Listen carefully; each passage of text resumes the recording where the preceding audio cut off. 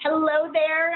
This is Sydney Morris. I am back having another amazing conversation to commemorate Women's History Month. We've been doing a series of discussions with amazing educators from across the E4E network about women's leadership in the classroom and beyond, and how our intersectional identities really shape how we teach and show up as leaders.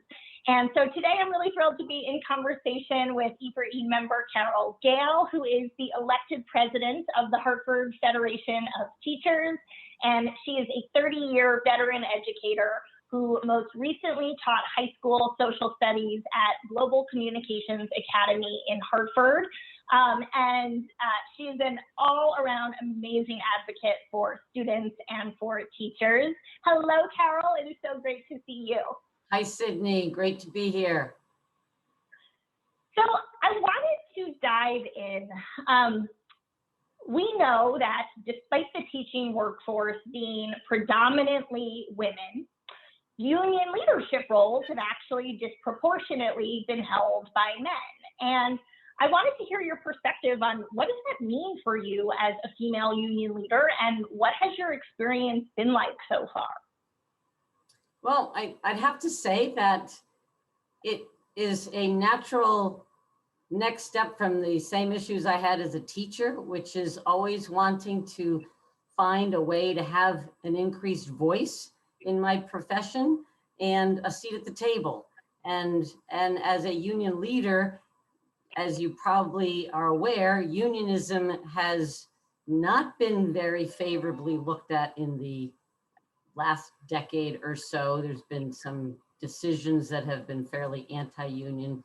And so that continues to be a strong need, is to get our voice raised, you know, collectively at the table and have some input. And that's what I'm going to continue to push for. That's been my consistent message for quite a while now. Could not agree more. We know what incredibly powerful levers for change our teachers' unions can be because of the many, many ways that they shape education decision-making. And to your point, that is exactly why it is so important that they are as diverse and representative of our teaching workforce and our student population as they possibly can be. So we are so grateful to have you serving in that kind of leadership capacity. When you think about, you know, the history of the teacher workforce has actually become even more female over time. And I think, you know, I experienced this as a teacher. I'm sure you have, that the long-standing stereotype of teaching was that it was quote unquote women's work. And, you know, how do you think that lingering stereotype shapes the current standing of the workforce? And what are some of the impacts that are most salient that we see today? Oh, great question, because there certainly is a residual aspect of the teaching being more predominantly female that allows sexism to be at play. Oftentimes I find that there are still issues where men may come in at higher salaries, no matter what the situation is, from that old standing belief that a man is the breadwinner of the family and therefore needs more money or something. You know, these kinds of ingrained ideas haven't yet left us. Also with that idea that I just mentioned about voice, you know, you sit at staff meetings, you sit at Board of Ed meetings, and it's interesting to watch the dynamics of the fact that there are still sometimes men being listened to differently than women. And I think we have to, that's why we have to keep standing up, speaking out, raising our voices. And another interesting piece to that has become very apparent to me in my current role as the president of the union is we are looking at what has happened with Social Security. And I know right now there's a bill in the Congress for the Social Security Fairness Act, because teacher pensions have been adjusted such that we don't get our full Social Security.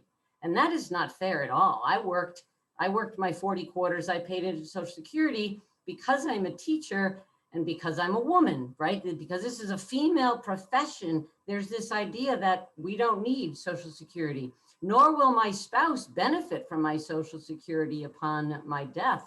And this is a clear inequality. This is not fair. Teachers who have paid into Social Security deserve to get their Social Security. And I just see that as a law that was passed deliberately from that mentality of this being a female workforce and therefore second incomes or not as important, even though the demographics of our society will tell you that that is absolutely the opposite, right? We have lots of female heads of households that certainly are as important as male heads of households. So it continues. We have a long fight ahead of us. Indeed. And to that point, you know, I think we see that for good or for not good, we often see that culture drives policy. If you were thinking about ways that we could have policy drive the change in culture, especially given the gender dynamics at play when we think about the respect and professionalism of the teaching workforce, you know, and you could wave a magic wand, are there other, you know, one or two policy solutions that you think would be really helpful to help bring about some of that change? Wow, magic wand. You know, after doing a lot of reflecting this year about other aspects of oppression, like racial oppression that has gone on, and you did mention intersectionality, right? We know that bias and discrimination and oppression crosses in many ways, and there's a lot of intersectionality to that. And one of the things that I've read about, and particularly influenced by Ibram Kendi's book, How to Be an Anti-Racist, is the need to change policy. And so I do think we have to look at some of our deep-rooted policies that are in boards of ed, that are in city governments, town governments, and all the way up to our federal government, that perpetuate these forms of oppression on any level of intersectionality. And those are the policies that do need to change. And that requires a willingness to be introspective and reflective, a willingness to change, you know, from something that could be from a funding angle, right, all the way down to a curricular angle. And Exactly. Having to just really analyze the policies that went into creating education as it is today. Yeah, and we, E4E, co-hosted an event featuring Professor Kendi last month, talking about what does it look like to make the teaching workforce and our education system more actively anti-racist. And he hit on that exact note. We have to be looking at systemic solutions to disrupt the racism and bias that we see play out in so many ways. One of the things that he spoke about in his book that I have repeated and I'm carrying the banner forward is looking at opportunity gaps and not achievement gaps, looking at the role of standardized testing. You know, there's so many aspects of education that are driven by legislators, policymakers, business community. We need the voice of the teacher. We need to hear from the educators, paraprofessionals, behavior techs, the people who work with children directly know what kids need. And these are we need to have a greater impact on policy and decision-making from the folks who know best, rather than having all these outside forces dictating our jobs, right? And unfortunately, because our jobs are funded by taxpayer money, lots of people think that they can dictate, you know, how that job should go.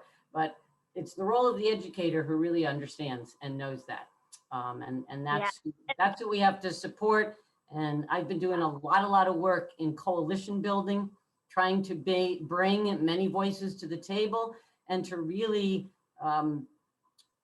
build that collective power that unions began with hundreds of years ago. And it's very true. And the more we work together and put forth our energies together, I think the greater impact we can certainly have. Absolutely. And as we often say at E4E, you know, for too long, teachers have been treated as subjects of change rather than as agents of change, and we need to flip that dynamic on its head. So thank you, Carol, so much for sharing these incredibly rich perspectives, for all that you do for students in Hartford and in Connecticut, and for being the amazing agent of change that you are. We are very grateful and proud to be working alongside you.